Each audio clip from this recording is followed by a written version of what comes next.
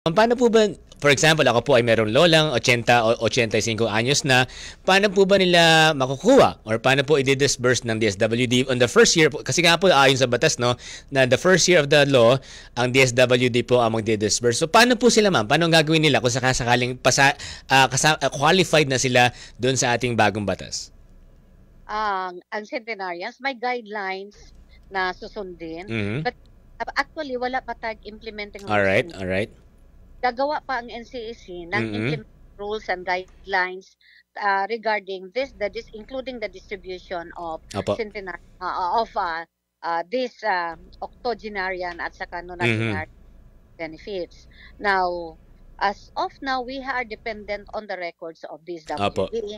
Oo. So, but then, kailangan madaliin din namin na ang mga listahan ng mga octogenarians at Mhm. nonagenarians Opo.